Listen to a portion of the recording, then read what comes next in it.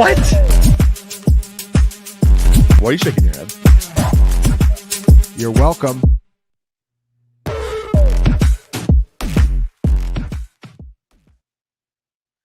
Oh, yes, Tuesday night. We're back. I'm back after just a couple of weeks of pure insanity in my life. The trip back from the expo, which was great. I'm very happy to have met so many wonderful people at the Fantasy Football Expo. If you've never been, it is a must-go-to event if you're a fantasy football fan or if you work in the space. It's a great time. However, let me tell you, 19 hours it took me to get home. All right. It's a 2.5-hour flight from Toronto to Winnipeg. I still don't have any voice. And then it is a half-hour flight from Toronto to Cleveland. Okay. It took me 19 hours to get home. That part, less worth it. But obviously, Ryan and Jacob and Lucas covered for my fried behind last week.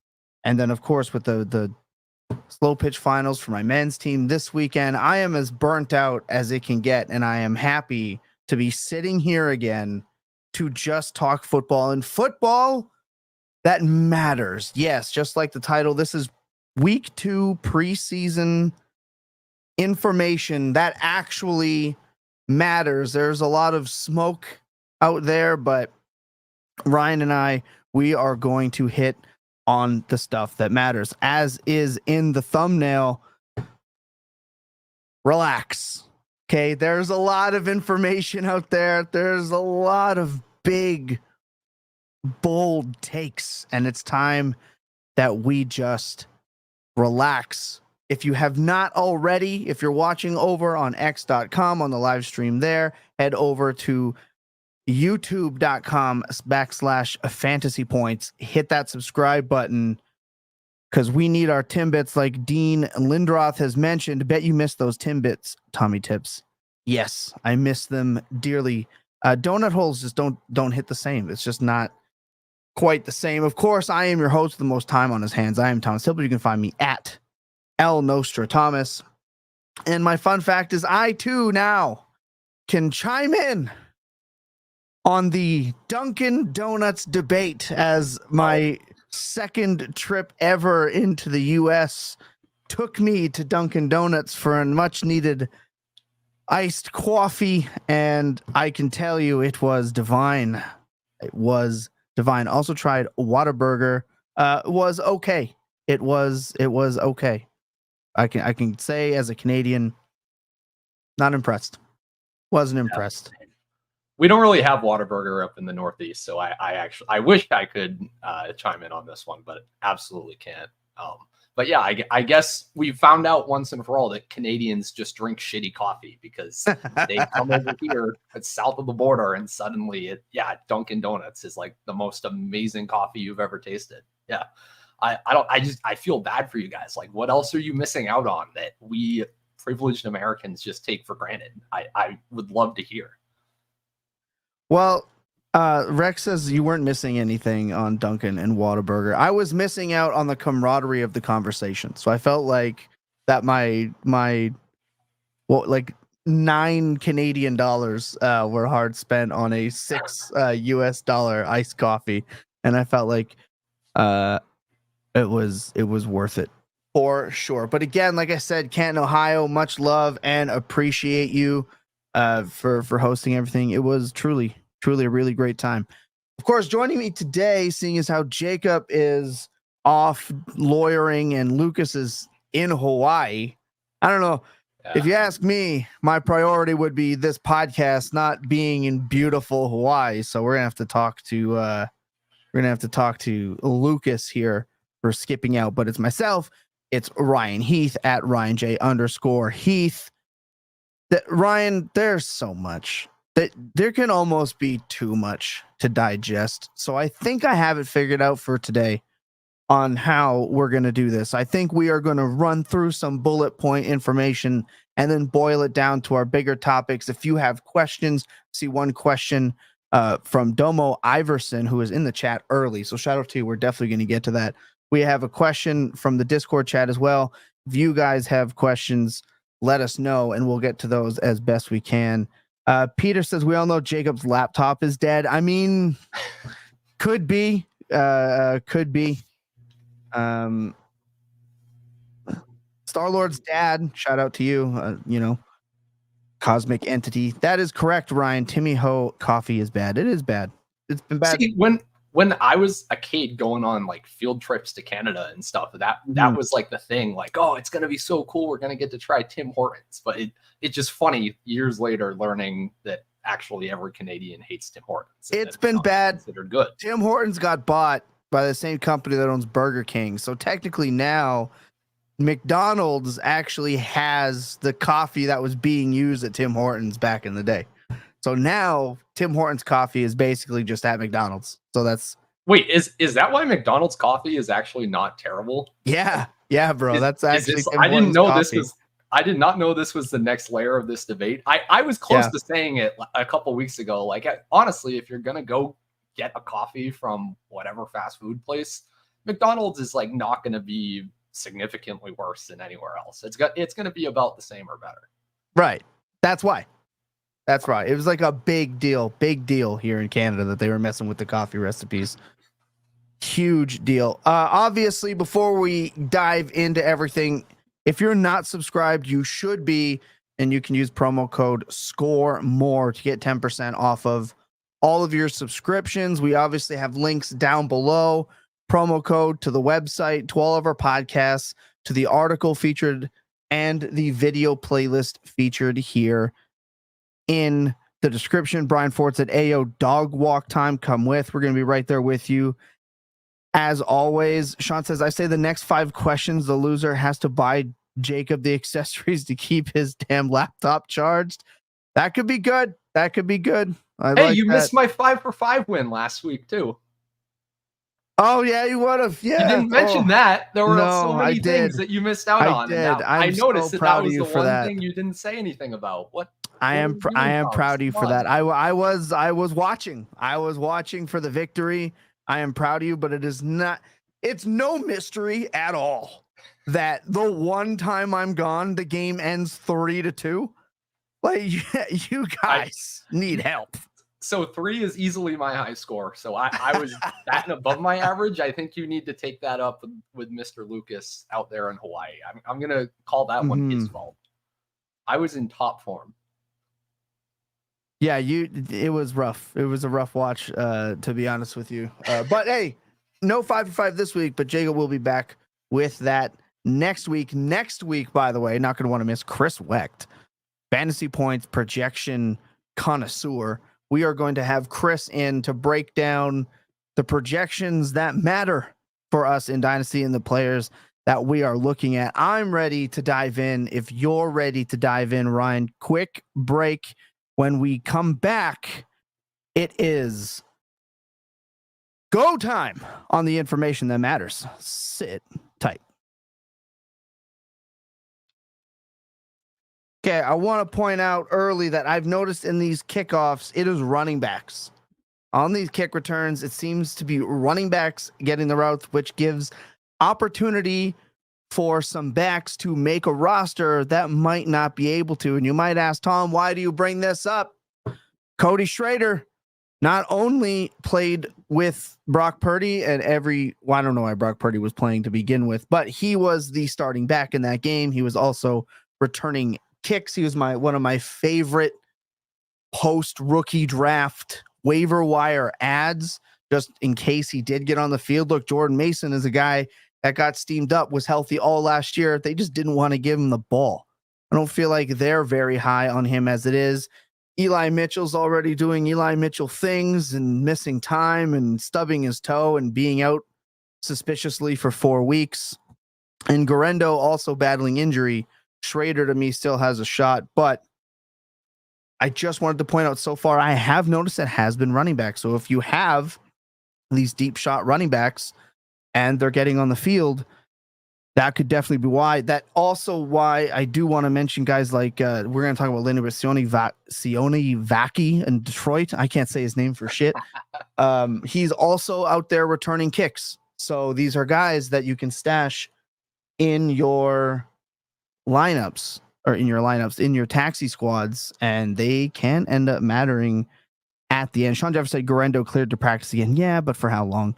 Like, we want these guys, right? I was excited about Guerrero also, but guys like Schrader getting the opportunity to be on a roster because they're choosing running backs for these returns, to me, is more notable. It used to be receivers, right? You would hope get to stay on the roster because they could do some returning and things like that on the kick. Now it kind of feels like it's running back. So we'll see if that's a trend. And any other weird trends you've noticed in week 2? That was my big very weird trend.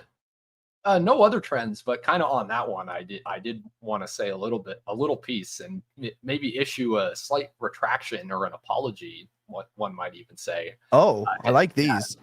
So to anybody who read my Scott Fishbowl strategy piece, kind of everything that I was doing in there and recommending people do was, hey, draft a lot of wide receivers. They're the ones who have mostly been the ones on kick returns over the past few years. They're the ones that have had all the kick return production. Just cast your net wide and draft a bunch of wide receivers in Scott Fishbowl. And that was kind of what I built my entire thesis off of. And I'm going to be completely honest. I posted that article a day later. Brett Whitefield gets in my DMs and he's like, hey, just so you know, I'm pretty sure it's going to be mostly running backs this year. Like, all of these kickoff plays are run plays, essentially, right? That's just kind of how they line up and how it looks. And I'm like, okay, thanks. Well, thanks, Brett. I am never going to publish an article that makes any claim about football without you looking at it first now. So shout out Brett Whitefield. And yeah, I apologize to everyone who read that I did not correct that on time. I mean, it's hard to know, right? Like, I mean, this could change 2 weeks from now. We don't actually have any idea, but I just found it interesting. Could be more need for these backs being on rosters. So we definitely like that. Got a couple more quick ones. Daniel Jones definitely sucks. Confirmed. He's so bad. He's so brutally bad. But Nabers is still going to see a gazillion targets. Like, I just think he's going to be... I'm starting to get a feeling that Nabers might be a little underwhelming, right? He had 30 snaps, 17 routes run. He still got 6 targets and 1 carry. I did watch the quarterback school. JT O'Sullivan wasn't as pleased with some of the Nabers stuff, but I mean, he is a rookie and he's just winning on talent alone right now, beating Stingley just immediately off the line and getting a piss poor throw. That's kind of what's going to be expected. So with Nabers, just let's say he's just one insane target hog, but kind of ends up like Devontae Adams last year, who was an insane target hog, but there was just a ton leaving us wanting more. Low end wide receiver 1 numbers, I feel like for this team is still big for Nabers. Like, even if they switch to a Drew Lock and he's getting 8 to 10 targets a game, you're not disappointed by wide receiver 13 Nabers. Yeah, you're not disappointed in Dynasty, certainly. That is not cratering his value if that's the rookie year performance. I think your worst case with Malik Nabers is kind of the rookie season that Zay Flowers just had, where, yeah, he's definitely going to be getting the volume. I would project a much higher target share than even Zay Flowers had last year. But yeah, it's going to be on all the easy motion Mickey Mouse stuff. He's going to rack up a bunch of PPR fantasy points. And Daniel Jones, yeah, he's terrible. I agree. But his entire play style under Brian Daboll has been the low average depth of target stuff. He's ranked bottom 3 in that stat in both years he's been under Daboll. And that plays exactly into what we know Nabers can do to score fantasy points this year, which is catch a bunch of short throws and rack up a bunch of yards after the catch. So, yeah, right. I mean, it's stuff you want to see, expect to see. He's still one of the biggest values in redraft. And yeah, I'm not like scared of having him in Dynasty or anything like that.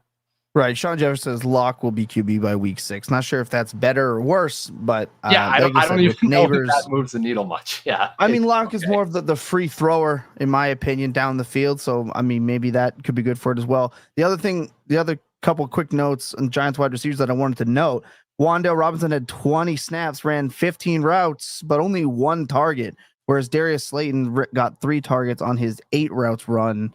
So not totally sure how the rest of the Giants wide receivers are going to shake out. Still not completely convinced that it's going to matter. Thought Theo Johnson was actually pretty fine. Couple other quick notes here. Vidal was left for dead last week, and now Vidal is reportedly above Spiller, which not surprising at all. Spiller is kind of awful, so we are kind of a little bit on the way back with Vidal. Knicks looked improved, though, again, kind of against some backups. And no matter who the quarterback is in Pittsburgh, it's going to be bad. Justin Fields looks terrible. He tried to get picked off twice in one play, and it just didn't happen. Missed a wide open receiver that looked like he jumped at an Olympic level to try to catch this ball, and he just airmailed it. Russ also looks terrible. I don't know if you're Ayuk, how you look at that and you're like, yeah, baby, that's the one. That's the spot. So I think they're pretty terrible no matter what. Minshew named the starter. I'd love to talk about that here in a little bit. And then my last quick note before I pass it off to Ryan is Achane lined up as a wide receiver on 4 of his 13 snaps. That, to me, in the preseason, we hear a lot of running backs are going to line up outside. We want to use them more like a wide receiver. We might actually get it. Yes. So that's just even more excitement for Dolphins. He could be their wide receiver 3 with this Odell on the Will Fuller mystery injury retirement plan, because no one has seen him. So those are my quick notes from preseason 2. We have some long notes that we're going to get to after, but you have quick notes from the preseason stuff that kind of stuck out to you after you've done some diving here.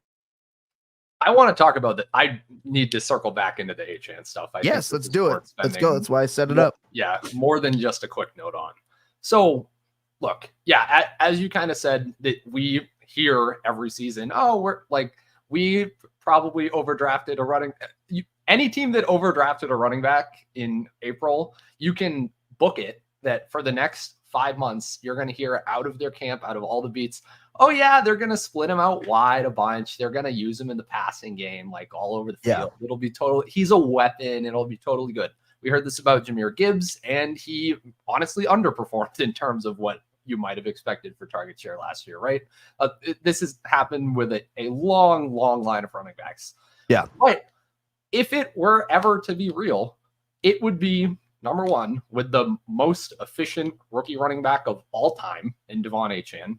Seems like decent enough reason to get him involved literally any way you can.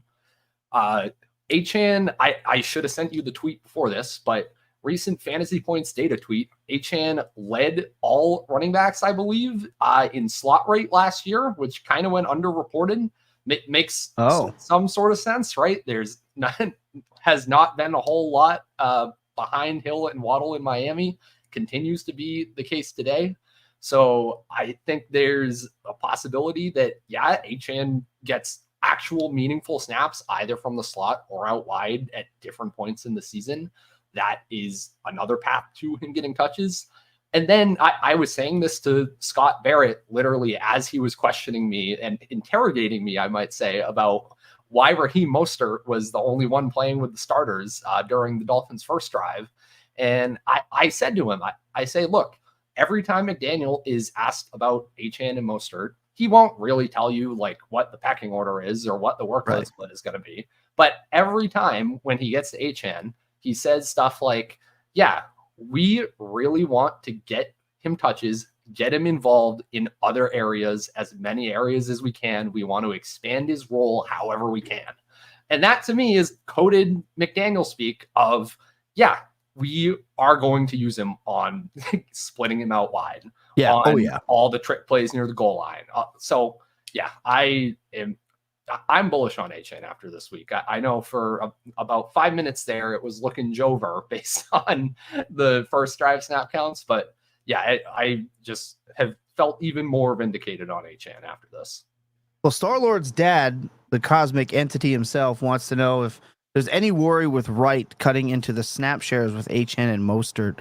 I think that there could be towards the end of the year if somebody gets nicked up, or I should say when somebody gets nicked up, it's the NFL, and maybe they'll start doing the same thing they even started to do with Jeff Wilson at the end of the year, where they were up and they used Jeff Wilson to hammer out the clock at the end of the game.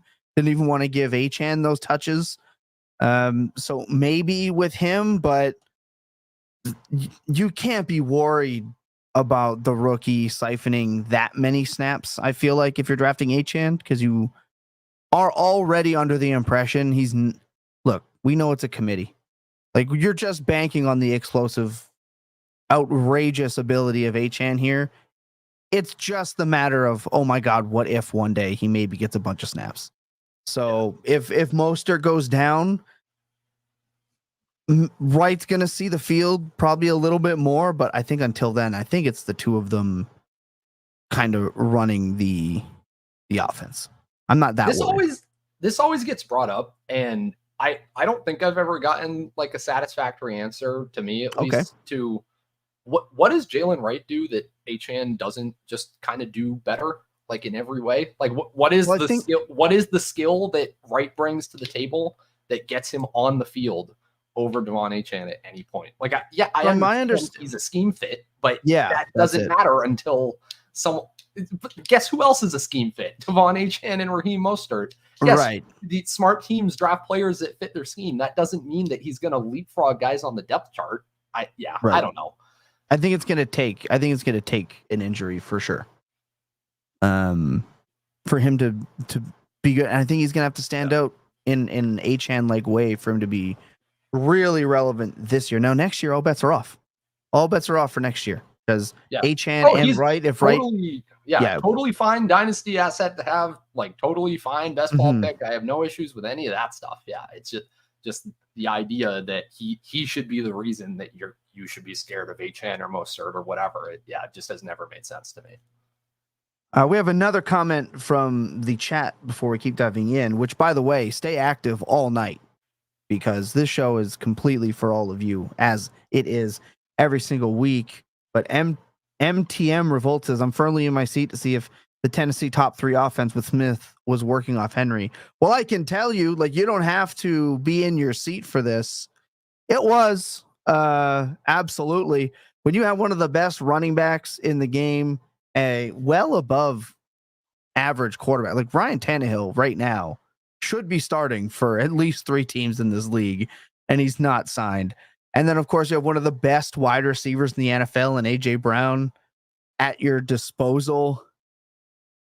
You better be able to put up, like, and we're talking about Derrick Henry in his prime. So, yes, I can confidently tell you that their top 3 offense with Arthur Smith, lot to do with Derrick Henry and A.J. Brown. I'm just flashing back to the EPA debates over Derrick Henry versus Ryan Tannehill those years. Oh my God. That was peak, like, RB doesn't matter versus like Derrick Henry is the best player ever debate on the internet. That was amazing. He was always the exception of the rule to me. Like, RBs don't matter. That one does. Without him, and then again, A.J. Brown, the play action offense that they had, Ryan Tannehill's strength, by the way, like, it was a perfect storm. 100%. Imagine what that Falcons offense could have been last year. Sean Evers said Ray Davis, I believe, is better than James Cook. Now, I was very pro Ray Davis on this podcast during the draft, a little bit more so than my co-hosts. I think he's very good. I don't think he's good enough to overtake James Cook, but I think he's annoying enough to irritate us with James Cook. So definitely worth a stash. Yeah. Good enough to do what Latavius Murray did last year and just like box him out of the red zone entirely, along with Josh Allen. That kind of has been my expectation for Ray Davis. Probably, this is a Scott Barrett take I'm stealing, I think, but probably an underrated best ball pick, maybe a little overrated in Dynasty, where it's hard to imagine the 3 down bell cow upside. But I see him having a role for sure. Yeah, and we got to remember this is the death of the three down bell cow era. Like it truly is dying in every way. Let's get to. I want to talk about one big point before we get a break and then really dive into these. We've been answering questions here for the last little bit. I want to talk about Minshew. What's that? I said getting distracted by the chat. I know, but hey, the chat, we are for the people. There's only 2 of us here tonight. I feel like we have a little bit more time to talk to chat. And if you're listening to this on the podcast and you're thinking, man, I'd really like to get in on this chat, you can do that by being here on YouTube live with us. We answer that. We also want to get you into the Discord chat where we post before the shows to get comments and questions. If you don't have time to make it in on time, you can also reach out to us with your questions individually, and we will also try to get those on the show. Remember, no fans, no show. We do it for you. I want to talk about Minshew and AOC because I was team AOC leading the way. The Raiders have chosen Minshew, and we were in the Dynasty Points chat today going back and forth with some of the guys in there. And I said that Minshew and AOC were basically trying to play football like the South Park kids were in the Little League World Series episode where none of them wanted to play anymore. So they just tried to play bad enough to lose. That's how I felt this quarterback battle went. It was so bad. They were playing so equally terribly that it wouldn't surprise me if both of them played 8 games and then one of them just gets the nod for the extra or they play the third guy. This is going to be rough for that offense. And Xavier White's ADP is moving up. And I got to tell you, I wasn't a fan of seeing the rotation of the running backs with Vegas. So if this team is bad and has that kind of weird deployment of running backs, which I don't think any of us were expecting. When you say, just to be clear, when you say weird deployment of running backs, you mean Xavier White is losing work to Alexander Madison. I just want to underscore that. And that's where we're at right now. Yeah, and Labe was getting work in. It just playing him in the Xavier in the second half was not something that I saw coming either. So that is something that we could tolerate when Xavier White was still a sleeper, right? 11th, 12th round, Xavier White, that we could tolerate. Round 9, Xavier White, round 8, current prices, we can't have that. We can't have that at all. So this is bad. To me, bad. If the offense is slow and bad, I'm not willing to cool off on Davante Adams being like a good wide receiver 4 in Dynasty this year. I'm not willing to back off of that yet. Very happy with Bauer's red zone usage, though, with this team. So that's kind of my Vegas takeaway. I think Bauer still has some sign of life, but everything else starting to look more and more bleak with just how confidently the Raiders made their quarterback decision after how horrendously bad both quarterbacks have been. Thoughts on the Raiders? On Adams, I would still just say like his ceiling this year is Michael Pittman, essentially. And like Michael Pittman, like in scare quotes, derogatory, right? Like, look, that's fine. I think he can have like a usable wide receiver 2 level fantasy season, but I just don't see, if you're trying to get like a mercenary receiver that's kind of older and cheaper in Dynasty, why would you not go for the one that has legitimate top 6, top 12 upside? I just don't see how Adams gets there at all this year. I get it with Cooper Kupp. I get it even with an Amari Cooper, who's a little more Calvin Ridley than those guys.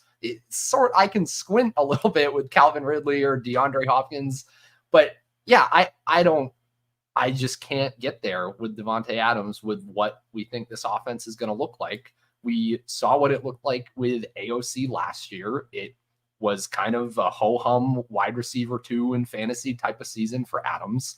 Michael Pittman had the same exact type of ho-hum season with Gardner Minshew. there is more target competition because of Bowers alone, essentially, than on either of those teams last year. Yeah, I just don't see where any of the Adams enthusiasm comes from. I can't talk myself into it at all. And I know there are sharp people like yourself, Tom, and like other people at Fantasy Points that are in on Adams, just from, I think, a projection standpoint. But yeah, I just can't get there. Maybe that's like style for me, where I'm not as much of like I'm going to see exactly how this guy projects and then have my opinion on him. I'm much more of, I think Jacob calls this like archetype-based drafting or whatever. That's kind of more what I subscribe to. And yeah, Adams is just not an archetype I like ever. Yeah, he's a floor play, it feels like, at this stage with what they have. And maybe that's a little sad. That's why I said Nabers is going to have the Adams-like volume with maybe a little bit more upside as a more explosive type player. And apparently Jacoby Myers playing out of his mind, best he's ever played in a camp at all. So there is still that as well. Also thought it was interesting. Trey Tucker, right, ran 8 routes, got 2 targets. I thought that was kind of interesting as well. But White, it's not like White and Madison both got targets. Neither of them recorded a target. Madison played 3 snaps. Zamir White played 7. Madison ran a route on every snap he was in on. Neither of them saw a target. So a weird, like I said, very strange running back rotation. Zamir White did get the red zone, the 2 red zone snaps. So out of him and Madison, so far it looks like he's the red zone guy. But I hate to say it, but Bowers might be like the only upside play on the Raiders this year. I don't know. Not looking great so far, but nothing to panic over yet at the same time. However, we will take our second break now. And when we come back, we have a little bit more of a deep dive than a casual conversation on Worthy and Rice, the Patriots wide receivers, because Jacob isn't here to go off on a 45-minute long tangent of hope, and a couple other topics you're going to want to sit tight for. We'll be right back. We got to talk about the Chiefs wide receivers, Ryan, because Twitter, you guys, look, I think we just have to jump right into it. I don't know how to do it any other way than to just jump right into it. Worthy there was a false start. Okay, like we can be impressed with the Worthy throw where we see the image that Worthy beat 3 wide receivers or DBs down the field and tracked this ball and he caught it. It was great. He was wide open. Can we just play with a little bit of context? I just want to read off a couple things here that I have about these Chiefs wide receivers because it got to me this week. GTA Rice, Rashee Rice, was the number 1 on the field for the Chiefs, right? He had the first read target on 3rd and 8, got the first down. He had the first read on design target on the whip route to the outside. After the 3rd and 8, they immediately went back to him on a Travis Kelce-like 12-yard hitch option route. So it looks like the answer to if Kelce is getting breaks, Rice is now in that role. Worthy has some work to do, man. Like I don't know if this is the next Tyreek Hill like people are expecting, but to me, he looks like he is playing in the Mecole Hardman role, which I said would kind of be what it looked like. 3 for 65 and 1. Okay. 6 targets. Let's talk about all those targets.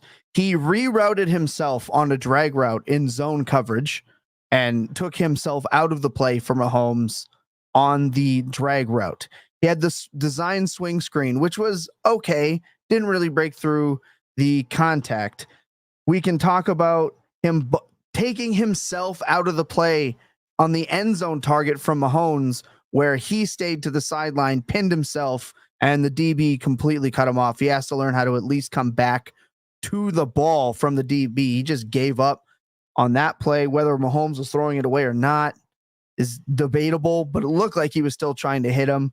We had the other deep play down the left side where Worthy did not stack up the DB and give Mahomes anywhere to go with that ball. And then we had the reverse. And Ryan, what was one of the things I talked about Worthy struggling to do is playing through contact. He got that reverse, and this is to me what separates him even from Jameson Williams. When Jameson Williams gets the reverse, you're not touching him. And when he gets hit, he's not putting the ball on the ground.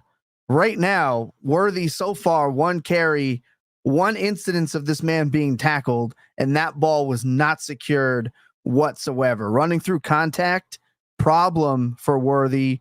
We're seeing it in some of his redirection routes. We saw it, and we did see it on the carry. Now let's talk about the play, right? This is the play that bothered me. We have it. We see a clear false start. Lions DBs pointing, stopping, giving him a free half second. They gave Worthy a 3-step release free off the line. Now, if you're listen to this on the podcast, I'm showing this clip over and over. It's such a clear false start where he's taking a step and a half forward. Then the D lineman goes over because they see Worthy move. Then the Chiefs get a free play on encroachment. All of the Lions DBs are pointing at Worthy, and they give him that free of a. Yeah, no wonder. No shit. He beats defensive backs clean like that.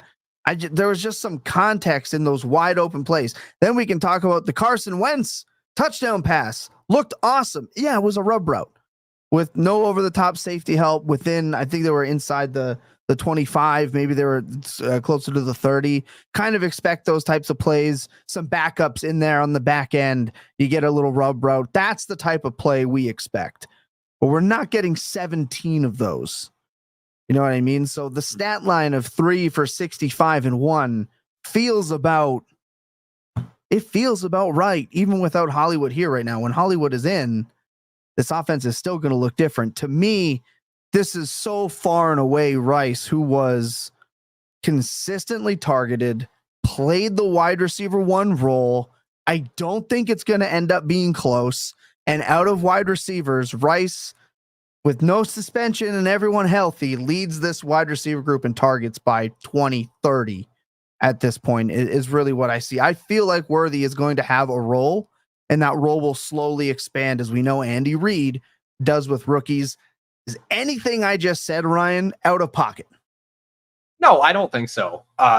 Yeah, there's a few directions we can go here. We'll start with the Worthy play. I just want to say, before I saw the play and I was like listening to you go on about it, I'm like, it was probably like some cheap motion or something that Thomas is getting all worked up about. But no, when I saw that, you are absolutely right. That is hilarious. That is the play that went viral, that is making everybody freak out about Xavier Worthy. I maybe like just side note here. I'll speak from the perspective of somebody that in terms of like X's and O's and just hardcore like football knowledge, I am nowhere close to the smartest guy on this show, on Twitter, anywhere, right? At this company, any of that, right? I'm a numbers guy, of course, right? Right. I would say if you are not incredibly adept at watching a play and breaking it down and understanding exactly what's going on, and I don't mean like you played football in high school, I mean like you have done this consistently as a serious hobby or for a living in some way, then I think the worst preseason type of takeaway you can have is watching the highlight on Twitter that goes viral and riding that wave, right? Right. Because I don't know. I get like the same vibe as when somebody like can't tell the difference, but this is a horrible example. Can't tell the difference between like a mean and a median, right? Yeah. And then go on to give like their detailed statistical take, right? That's kind of what this is. And it's hard to tell that you're doing it, right? Like we trust ourselves and our brains and what we see and what we think most of the time. But it's very easy to fall into these pitfalls if you're at all underinformed on the thing you're looking at. So, right. Yeah, I would. Yeah. Props to you there, Thomas, for educating all of us on the Worthy play. I know sometimes Ryan doesn't believe me when my rants really get going because he thinks I'm just straw manning, arguing with myself because I spend too much time in my own head at home as I do this. But I mean, I just think we have to understand expectations. Ryan Ford says Rice will lead in targets, but we will want Worthy, and I'm fairly confident in that. I don't see 16 points per game in this role. I mean, I don't either, but do we need 16 points per game to be okay with having Worthy on a dynasty? No. But in terms of Worthy's going to be the one that we want. Worthy's now being drafted over Rice, and I think if that 16 point per game role exists, I think it is Rice's role. We've seen it. We've seen him in that role, and we talked in the DMs beforehand. I swear my voice is going to correct itself eventually, so excuse all the early pubescent squeaks here into the microphone. I'm doing my best. You should talk with a fake deep voice and it'll go away. But we talked beforehand when we said the ADOT stuff with Rice, him being a screen merchant, is kind of it's not right. It's not a real narrative. When he became a full-time player, his role completely changed. Yeah, absolutely. I had a pretty detailed rebuttal to this kind of narrative in my age curves piece. But yeah, essentially, yes, Rashee Rice had a lot of low ADOT stuff last year, especially early in the season. But even after he became a full-time player, he was the one seeing all of those close to the line of scrimmage targets. But I mean, a few things to consider here, right? It's not that he could only do those, right? Like he was still top 15 in all our efficiency stats. If you're removing screens, if you're filtering for out wide, he was still the most efficient receiver on the Chiefs on plays of 10 or more yards downfield. There's no reason to either in the data or in like watch the game nerd to believe that Rashee Rice can't get downfield and do normal wide receiver stuff, right? I have just never accepted this argument. He's still athletic as well, right? It's not like he tested like he's a slow, can't separate Keon Coleman like wide receiver, which, by the way, Keon Coleman separating is painful to watch him try right now. I just don't know if he doesn't get it or he's just got like that big learning curve, but his separation is not the only question is it going to matter if he's going to play every snap? And I would lean in Dynasty, especially. I would lean toward it's going to matter. I want good players. I don't care as much about the role, but if we're throwing shots in redraft where he's in the double-digit rounds or whatever, that's fine. Yeah, I can get behind that sort of. I agree. I just wanted to get that in there. Keon Coleman not separating. Who would have thought? That was kind of these big body wide receivers in the NFL are just not sought after like they used to be. So don't forget the Bills moved back with KC and let them take Worthy. Yeah, again, but again, this Worthy stuff for me, he's fun. He's very explosive. He's exciting. I don't think he's my type of wide receiver. So we'll see. I want to pose this to you though, because Sean brought it up in the chat. Because this was at a point of contention on the Twitter machine this week. Are you taking Xavier Worthy or Lad McConkey? Because that I have been team Lad for most of the offseason.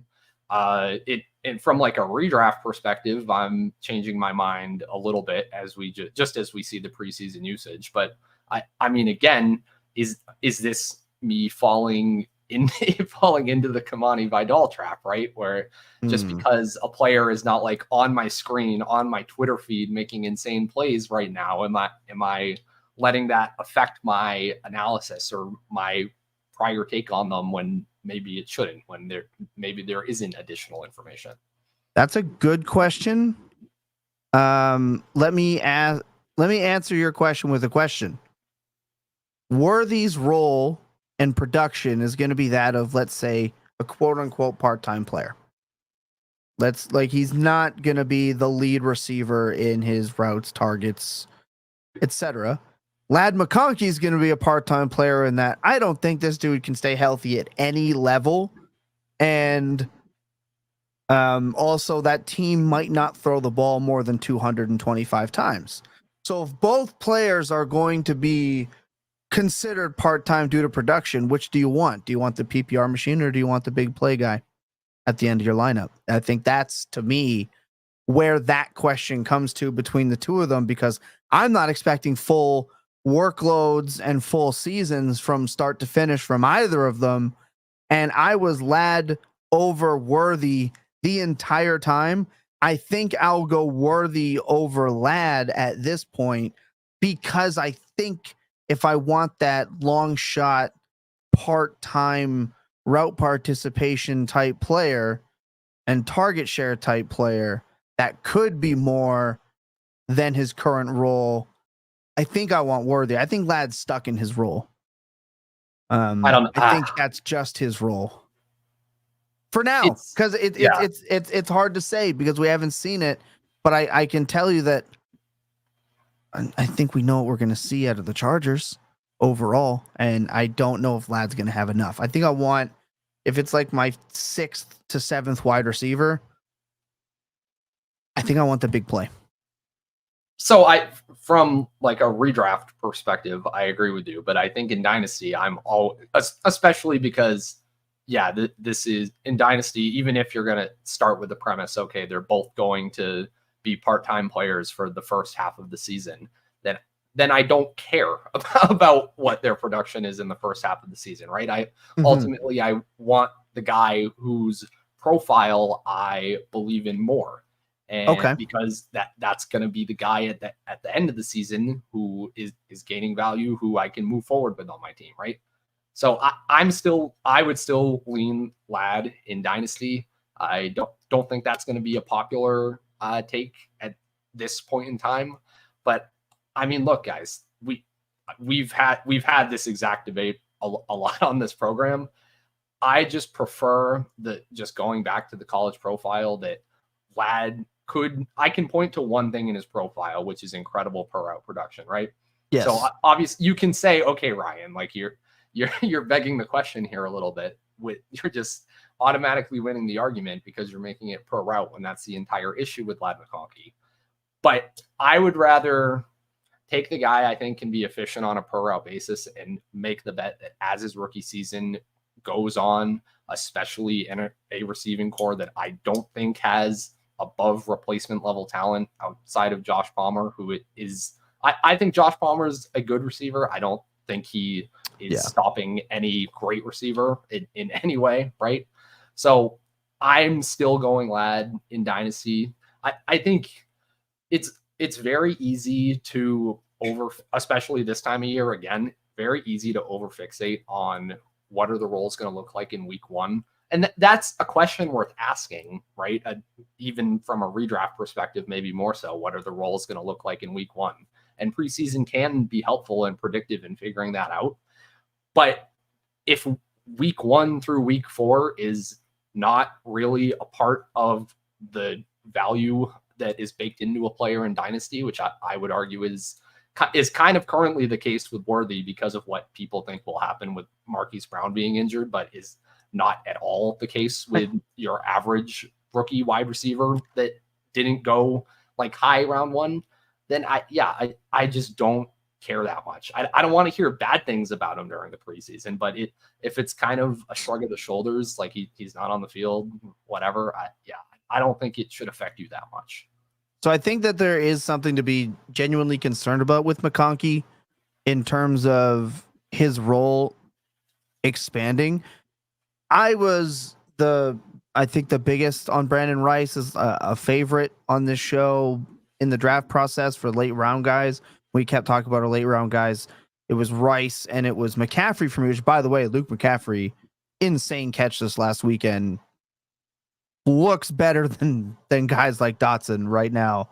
That other wide receiver spot, let's just pour one out for Jahan Dotson. If you're still believing, I want to know, reach out to me at El Nostra Thomas and let me know what it is you're engaging in recreationally that leads you still in on Dotson. I'd like some, and I'd like to experience that. But with Ladd McConkey, he is not playing in 12 personnel at all. But Josh Palmer and Rice played outside. And Darius Davis had started, according to Nathan Yonke, in that. But he has played Ladd McConkey has played 100% of the snaps in 11 personnel. We expected that. No snaps, not one in 12. That to me is a problem.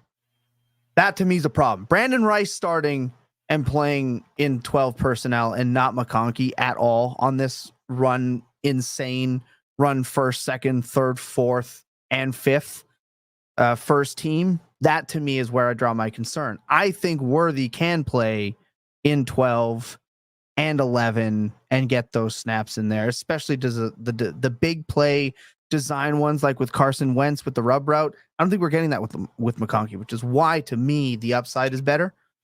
I think we're already seeing very specifically that they drafted McConkey for this is your job. This is what you're playing. McConkey is banged up all the time, but yes, he has 100% of the routes in 11 personnel this week. So to me, very clear. I'd push back a little bit more. Yeah, everything you just said, yes, that's why I like Xavier Worthy over Ladd McConkey in redraft, where the early season production in their rookie season matters more because that's like half of the value proposition in redraft, right? But if you don't think that Ladd McConkey can ever develop and beat out DJ Chark on the outside, then you never should have had him anywhere within sniffing distance at all of Xavier Worthy as a prospect, right? Has your take on him as a player changed from 2 months ago, or I just challenge you to think, okay, if that's the case, then fair. If you're just seeing different parts of his profile in different lights now, I expected him to get the opportunity this early because their receivers are so bad, to be able to put himself in the position to jump some of these guys already. Late round wide receiver Brenden Rice was not the guy I expected to leapfrog fellow rookie to not get a single snap in that situation that we might need him to. So to me, my stance on the player has changed, not because I think his profile has changed or anything else has changed, but specifically just that he hasn't been able to do what I was expecting him to be able to do to a fellow rookie. Yeah, I know. There's something. Yeah, I know. Mike. That's what I'm laughing at, by the way. Sean says, don't look back, Thomas. You have a ghost moving a ball by your head. I know. That's my cat. She's doing her thing. She's the star of the show. Let me ask you this, because we're actually often polar opposites on safety to high end. If Ladd McConkey's stat line read something like 95 targets, 67 receptions, 803 yards, and 6 touchdowns, we'd consider that a pretty big win. In my opinion. Yeah. That's just Jacoby Myers. So to me, that doesn't excite me. Jacoby Myers doesn't excite me. That profile doesn't excite me. It just does not. To me, that's kind of what I see happening for him with the offense, the way that it's built out. I think I would just rather and that's without, I don't see a ton of explosion weeks out of him unless it's a game where Herbert throws him 2+ touchdowns. I think Worthy can do this production any week on this KC team. So for me, that to me is kind of the final straw for me. I can tell you right now that if Ladd goes out and puts up like 800 yards, 6 touchdowns or so, like maybe half the year he's exclusively in 11 personnel, not that many total routes, and that's the production he has, I promise you I will be banging the drum for him next offseason. Okay.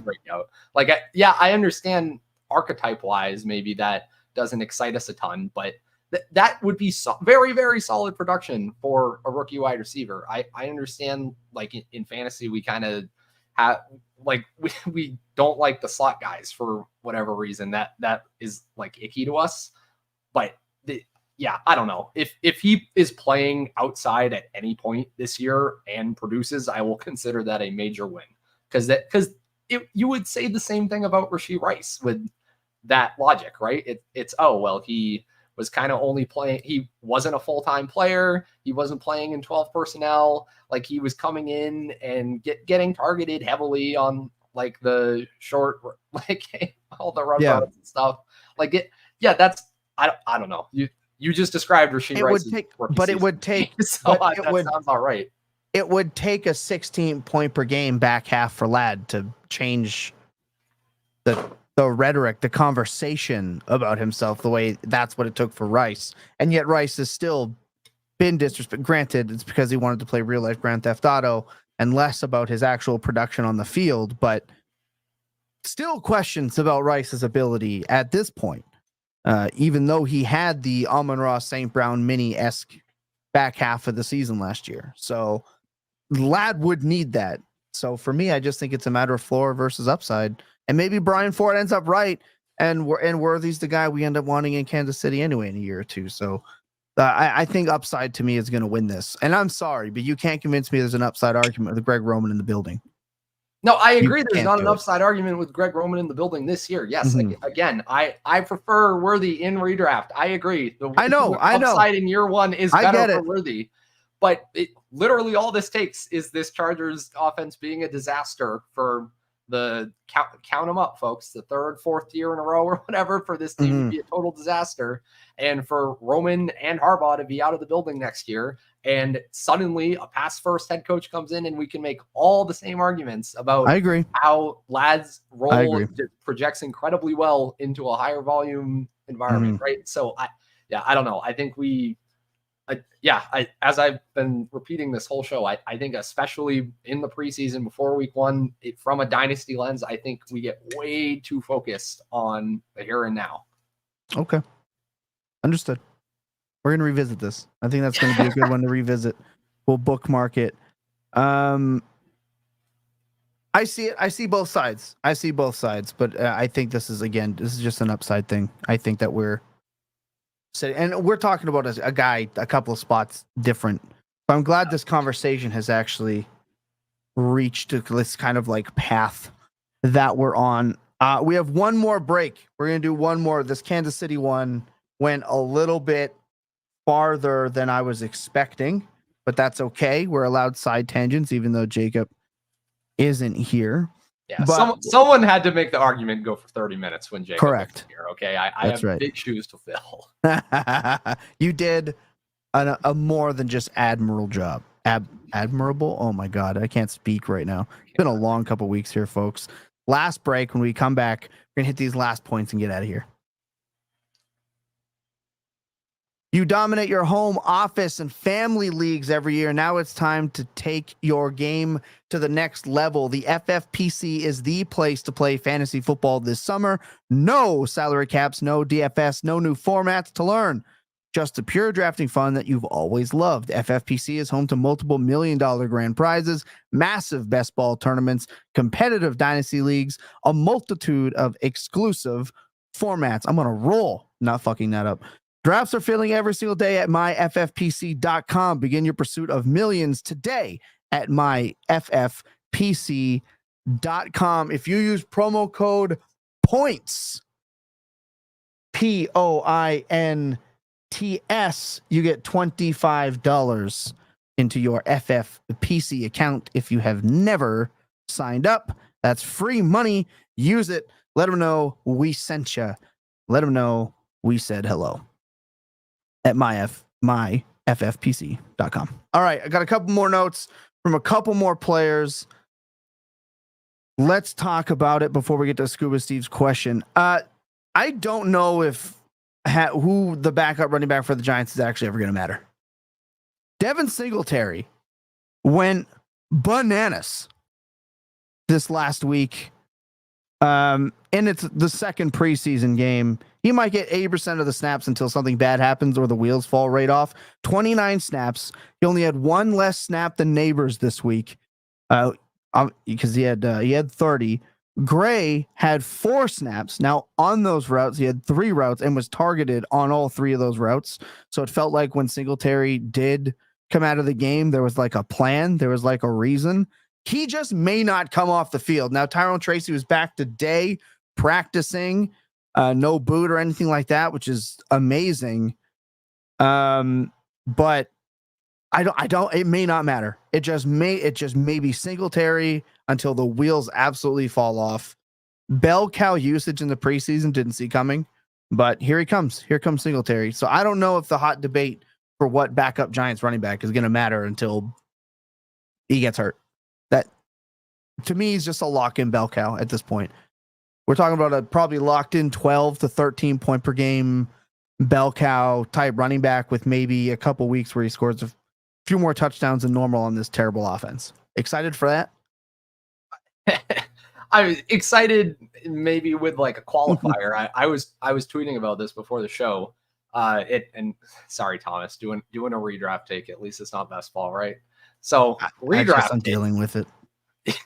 Redraft take. By the way, we did not say the word best ball on the show a single time last week when you weren't here. I caught that. Jacob and I both specifically avoided it like multiple times. I think we like the format that shall not be named. Right. But, all but out anyway, the window today. Yes, obviously. So yes, in a sense, I'm excited for Singletary because I think in redraft, where if you followed any of my content or any of my takes, Jonathan Brooks is one of the single most appealing values upside picks in all redraft sites right now, right? Anywhere you're drafting, Jonathan Brooks is probably going too late in redraft at the moment, right? Obviously, the problem with that is you need a bridge to Brooks. You need to bridge that production until he's up to speed whenever it ends up being week 5, week 6, week 8. You need a running back that has safely projectable volume in the early part of the season. And I think Devin Singletary fits that better than almost anyone else. We've seen him be deployed as a bell cow by multiple teams in the recent past.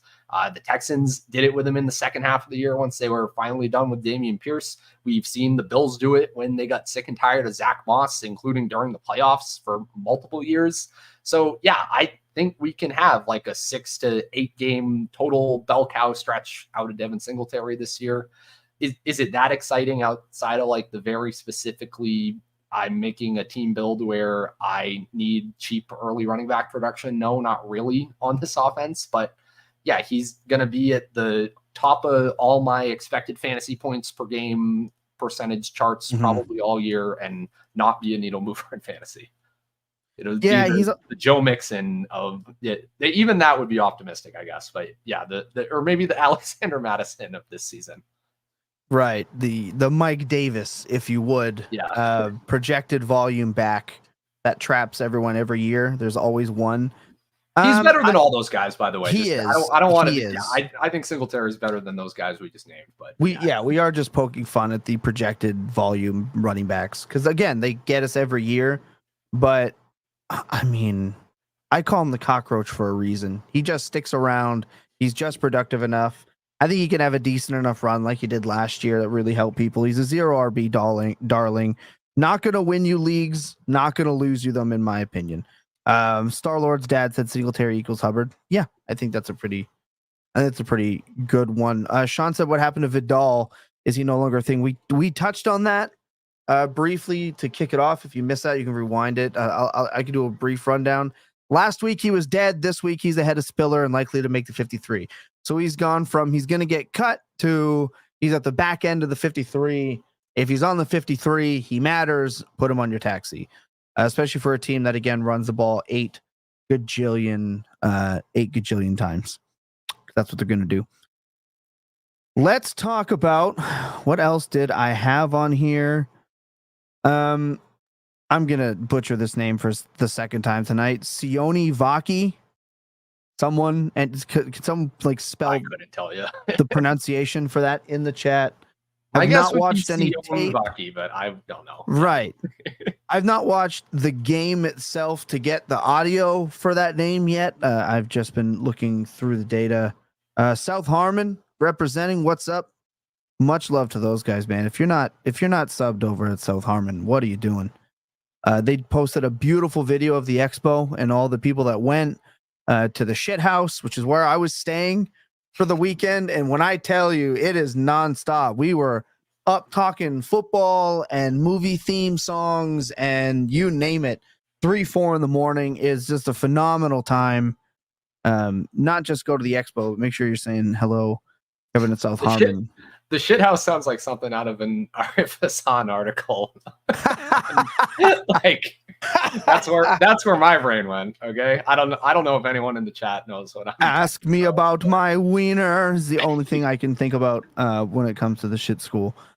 Let's talk about Patriots wide receivers because this is probably the last one I really think we need to get into, and I think we actually do need to get into it. Because I think they looked like shit. I know that the whole argument for you guys in the offseason was, well, CJ Stroud did it with Houston and no one knew these wide receivers were any good. I'm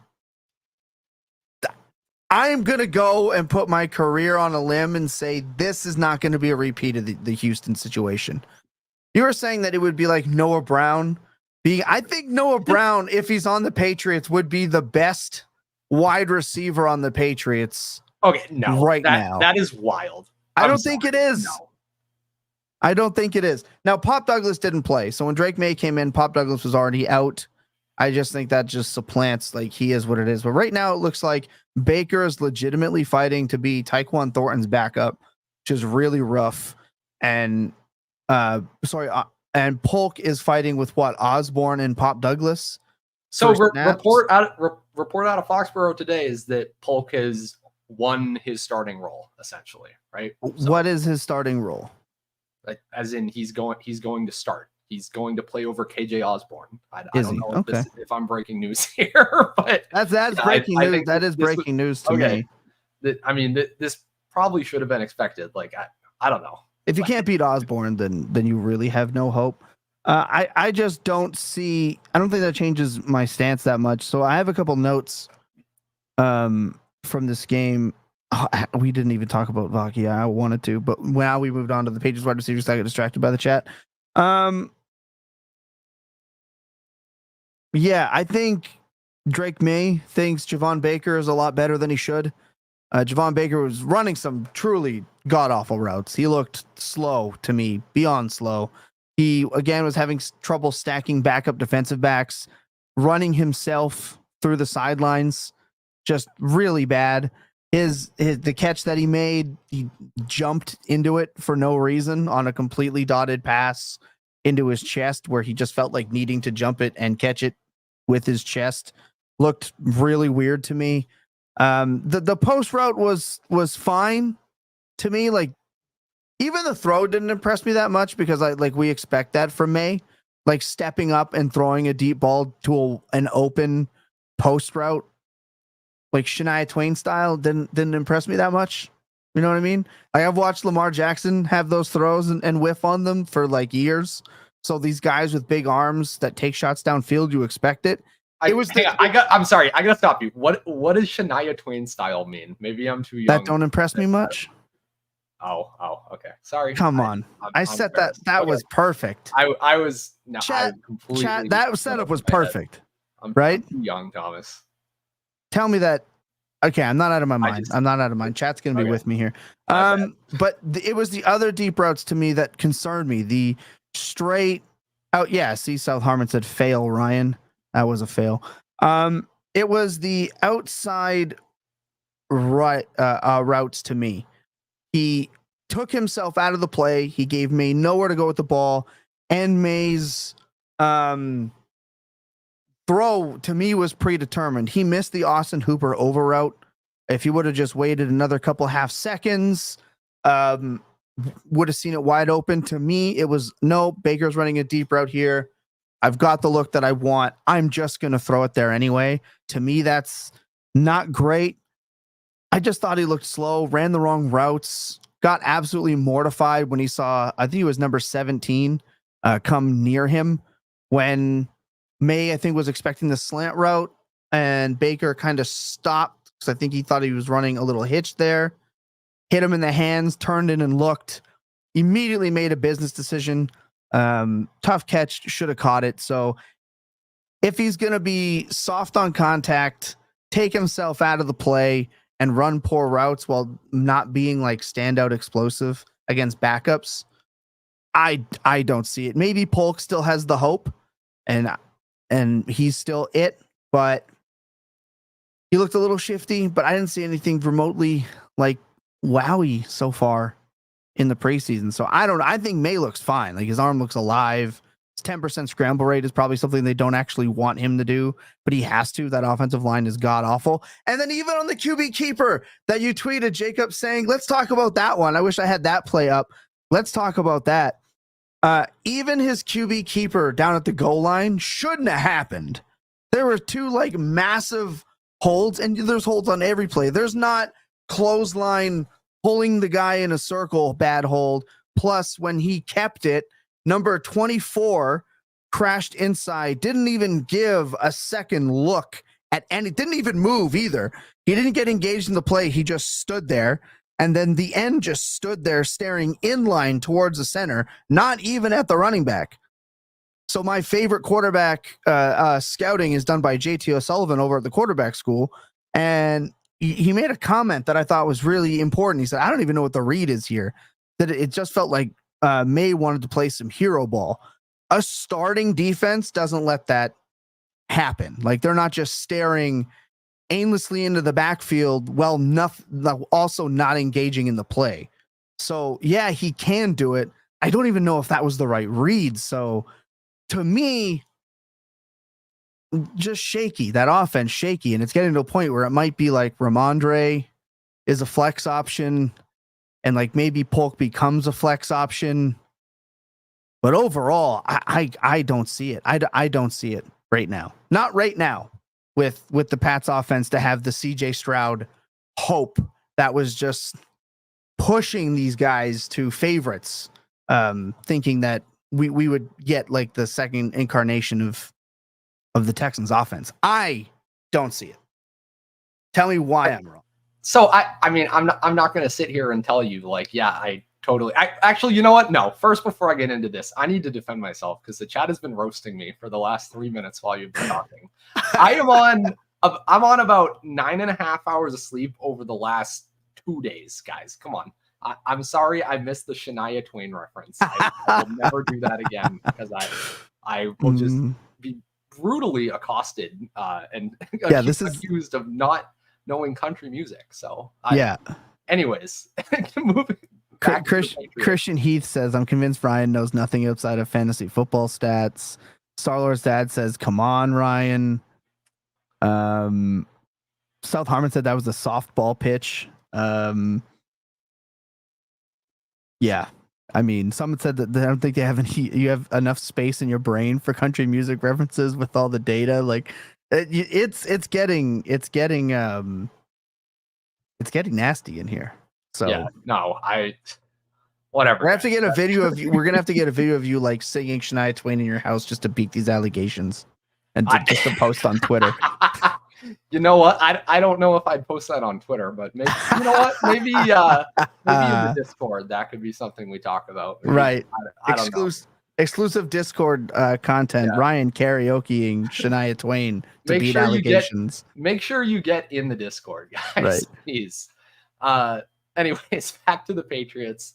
No, I'm not going to sit here and tell you that what we have seen really just in that preseason game, because there was not much to evaluate with any of these guys in the first one. No, I'm not looking at that and saying, oh my God, like this is obviously the next CJ Stroud. But it was the thesis in that like we're pattern matching to, okay, these are players just cost-wise who are being treated like the Texans were last year. That doesn't mean it's going to be exactly like the Texans or even that it needs to be for them, for it to be a good take that they are kind of priced at rock bottom, right? And I would say, look, Javon Baker definitely nowhere close to what we would want to see, nowhere close to perfect, but I will say what I saw from Drake May specifically, just his ability to escape the pocket, even honestly, if he was maybe a little too eager to do it at times where he was just running the hell out of there. I acknowledge all of that. But look, for this offense to work, that's what he's going to have to do. This is going to be the worst offensive line in the league. Leading up to the game, it was going very viral on Patriots Twitter about how Brissett and May in the midweek scrimmages had been sacked like 9 times each or something ridiculous like that. So yeah, no, I am expecting this offensive line to be terrible. And kind of the only way that there's production here is for May to play hero ball. I think he is capable of doing that at least at points. So I'm totally fine still with all the Patriots guys at their ADPs. Like you just absolutely brutalized Javon Baker, and that's fine. But ultimately, I don't think this Patriots offense rests on the shoulders of Javon Baker at all, right? So if it rests on anyone's shoulders, it rests on May's. And I thought everything I saw out of May was decent to great. So no real other notes there. Yeah, to me, a lot of it was just some unsettling foot stuff. I think there was some really bad spacing. Again, if you haven't watched the QB school on this, you should. JT O'Sullivan does the best work, in my opinion. We're talking about some of the spacing with the play calling. Like off-platform stuff is not good. No, I agree. Yeah, I agree with that. And some of the spacing, some spacings, and the predetermining of the deep balls. To me, I'm not sure if they just said like, "Look, go out there and throw this and get the rep in." But some of the predetermined stuff wasn't great. May did make a comment early in camp saying Douglas looked uncoverable, especially with quick outs and underneath. I've been saying all along that I think Douglas is the best receiver on the team, and I think that'll be true for fantasy as well. I think he's going to be the guy. I just don't know how good that's going to be. This offensive line is truly god awful. So what we're going to see, I do not see it. I think Nick's looked okay, but I think Nick's looked kind of like how you expect from like a Sean Payton quarterback. Like this dude's getting 16 points per game. Like it's just going to be what ends up happening. He's going to like run enough and throw enough touchdowns in the Sean Payton offense. Let's talk about Jaleel actually real quick, if you don't mind. Oh my goodness. Yeah, this is another good point. Van Pelt outside zone with Mondre, top 10 RB money is what I like. That was another thing. I said we don't know what the offensive play calling is actually going to be like and how good it's going to be. If the spacing and stuff like that is a trend that's going to continue, not great. We talked about a guy that hadn't really called plays in a very long time. I think 2008. I think was the last time he called a play in the game. Someone can correct me if I'm wrong on that, but I think that's what my research led me to. We're not sure. We don't know. We don't know how that offense is going to continue to look. It's got to continue to get better. But I do like Mondre in this. To me, the Ramondre stuff's also not going to matter if the team is really bad and is constantly down, right? That would be my only. Mondre was that good with Mac Jones when that team was god awful and down bad. Last time Mondre was healthy, let's not forget that team when Mondre had his breakout year was not like this wasn't a stellar offense.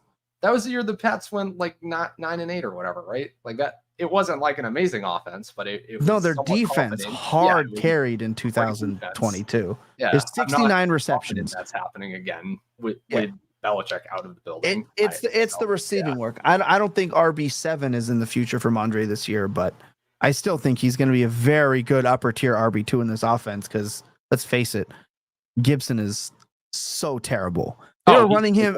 They were running an inside. He was dog shit. He was so bad. Like get Harris in there. Like get anyone else. No, don't get Kevin Harris in there, please. He looked better than Gibson. Gibson's so bad. He looks so bad. Let's talk about Jaleel real quick. When you look at the snaps in that offense for that game, I had the tweet bookmarked for this conversation because I'm hashtag prepared.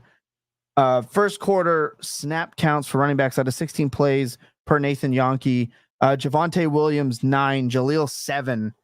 In the projections chat that we have, you made a couple comments about the Darren Sproles type role on this team.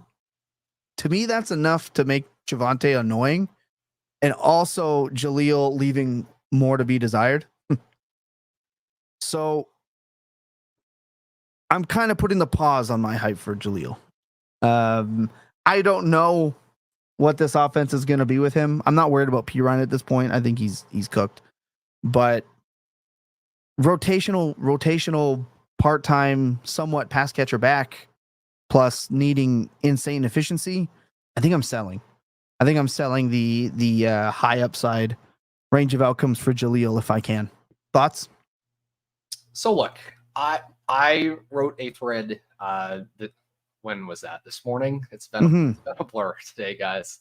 I had a thread out this morning talking about basically the death of the satellite running back. So for those of you that have been playing fantasy for a few years, you might remember back in the days of like 2017 through 2019 or so, and honestly, even before then, 2015, 2016, you could, especially in PPR formats, you could get what I lovingly refer to as a PPR scam type of RB2, where this is a running back who pretty much exclusively plays on third downs and in the passing game, gets maybe a couple carries a game, but really this is the James White role, right?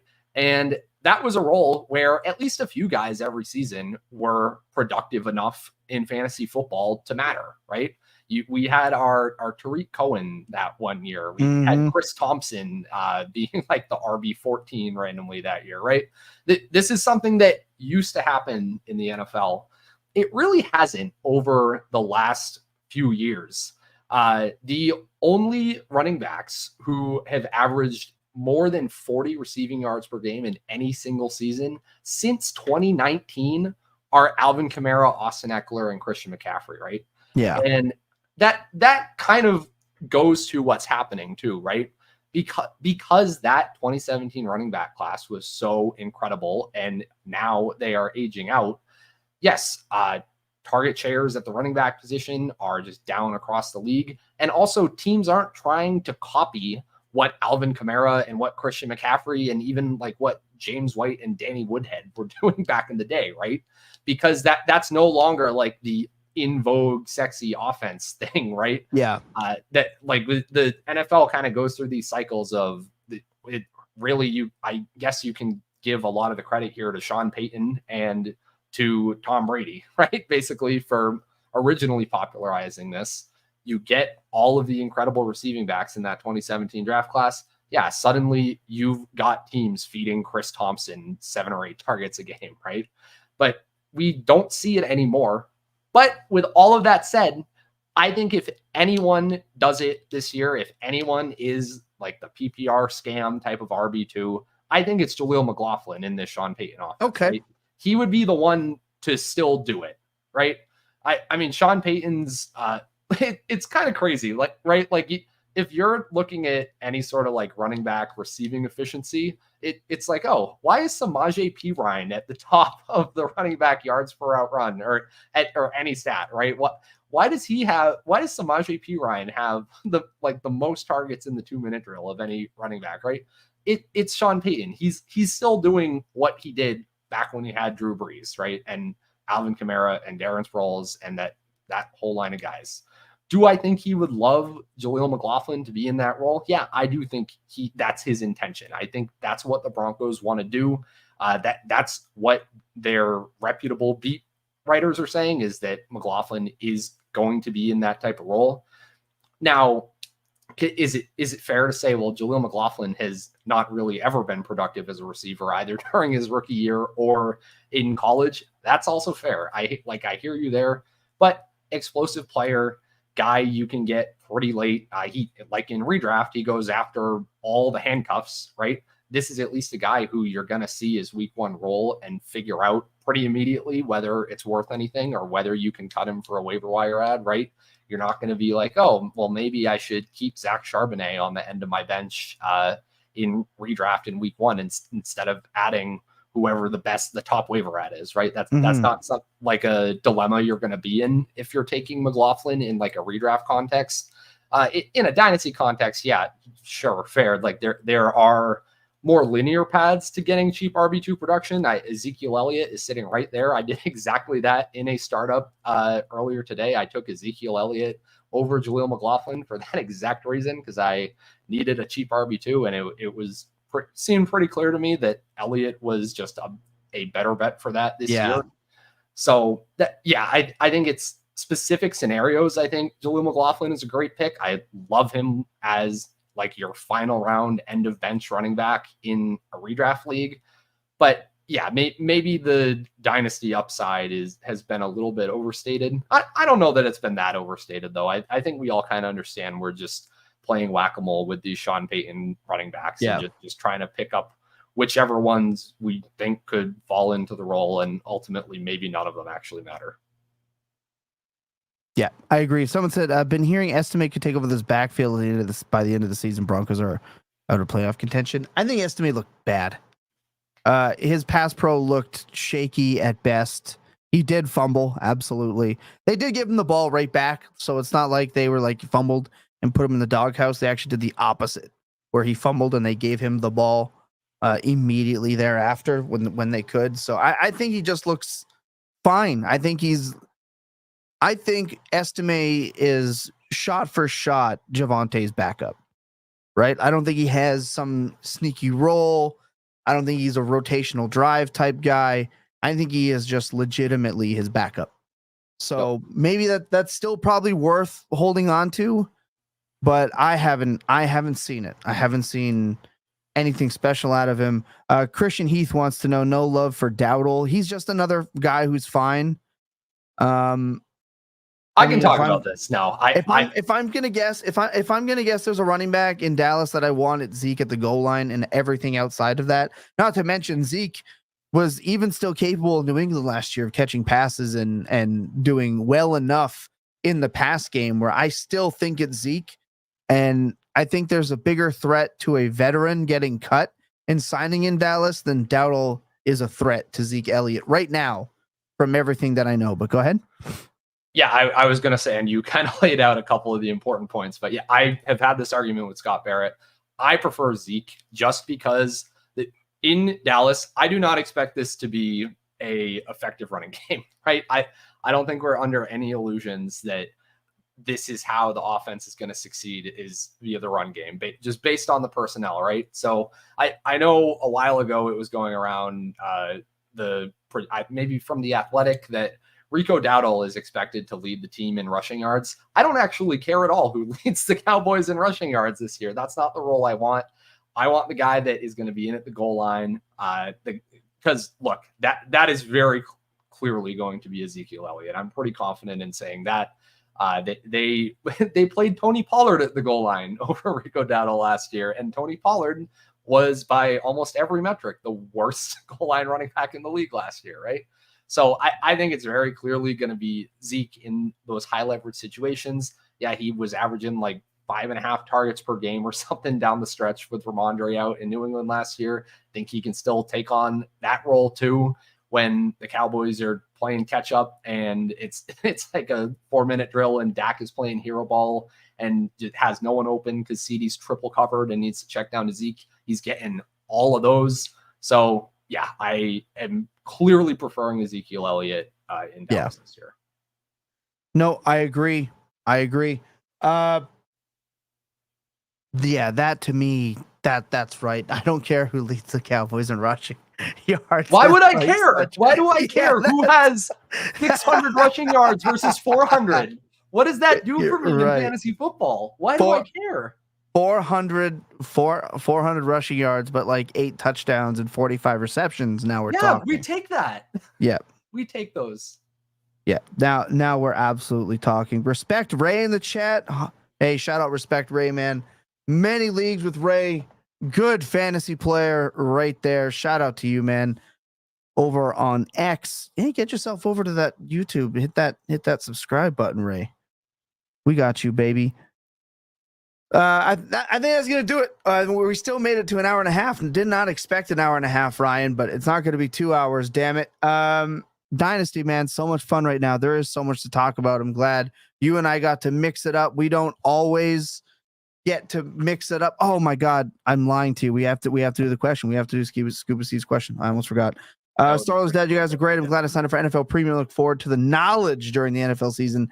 Need to show the wife that time spent gathering NFL info will benefit her end of year. Woo! I like how that sounds. I do like how that sounds. Let's get to that question. I did promise we were going to get to it. I was almost a truly dreadful host and lying to our Discord subscribers. I can't believe I almost did that. So from Scuba Steve, serious question. Who do you think ADP Gold is right now due to injury causing their stock to drop? Chubb, Hollywood, Lloyd, Pearsall, Leggett, and McCarthy, etc. To me, easy answer. It's McCarthy. We're already buying. I'm already trying to ship out Tuas for McCarthy pluses everywhere that I can. Purdy's for McCarthy pluses everywhere that I can. To me, it's just exploitable. So go out and do that. And move two quarterbacks. Move Tua and a Geno if you have that quarterback depth to just slap McCarthy on your IR and get your pluses. Anyone else for you, Ron? I looking at this list, no one. I like Marshawn Lloyd. Sure, I would like. I'm buying the dip on Marshawn Lloyd. I suppose I still believe in the talent and the profile. I think maybe the best answer to this question outside of JJ McCarthy though is J.K. Dobbins, right? So yeah. He's currently priced as if his career is just over. And that's definitely possible. Like I'm by no means going to give you a confident take that J.K. Dobbins is still an NFL level running back, but I mean we're gonna find out this year, right? If Dobbins and look, I'll say this too. A lot of the whispers are that they want to feed J.K. Dobbins. That's what I've been kind of hearing. So I really like Dobbins in a dynasty context where you massively benefit from a potential value increase, right? If he goes out at any point this season and looks still like an NFL running back, he's still only 25 years old. This is a player that's going to have dynasty value if he can recover this year, right?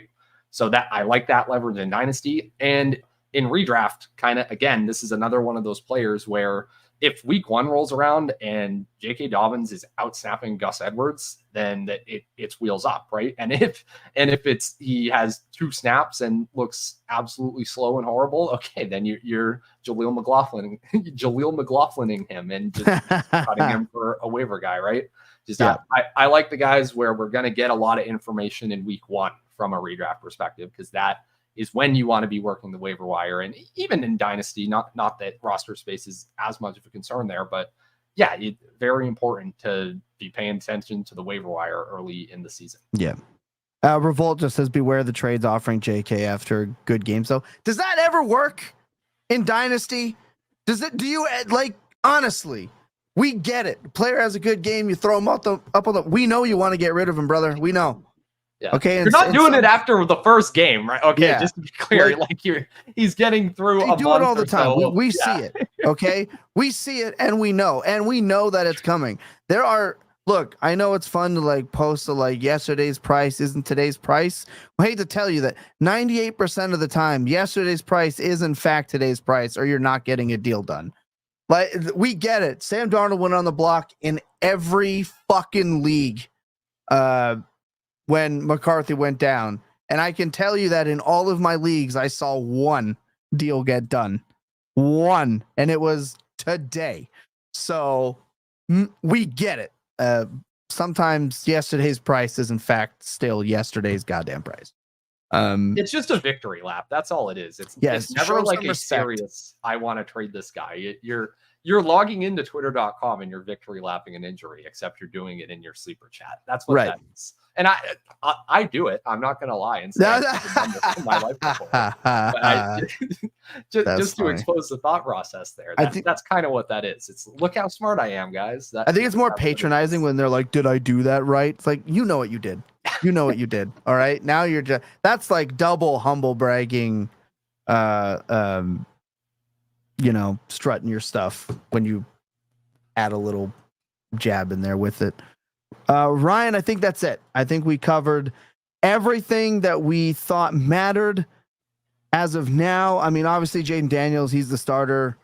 kind of assumed he was going to be the starter. There's some other kind of like bigger stuff, but you're going to have 8 gajillion outlets and a ton of content coming from us this week, kind of highlight some of the more intricate stuff to us. This was the more important stuff for Dynasty for what we saw from week 2. So there it is, Ryan Heath. Find him at RyanJ_Heath. I myself am Thomas Tipple. You can find me at El Nostra Thomas. We love every single one of you guys. Hit that subscribe if you haven't. If you're listening on the podcast and you want to interact with us, feel free to reach out via DM. Feel free to hop on the YouTube stream and get your chat in there live. Again, we couldn't do the show without each and every one of you. Next week, Chris Wecht and the other boys will be back. Cannot wait. Going to be a great time. One last time, this was a fucking penalty. Can't believe that wasn't called. Until next week, remember that clear eyes and full hearts can never lose your best days. They're always spent tilting. Good night, everybody. What? Why are you shaking your head? You're welcome.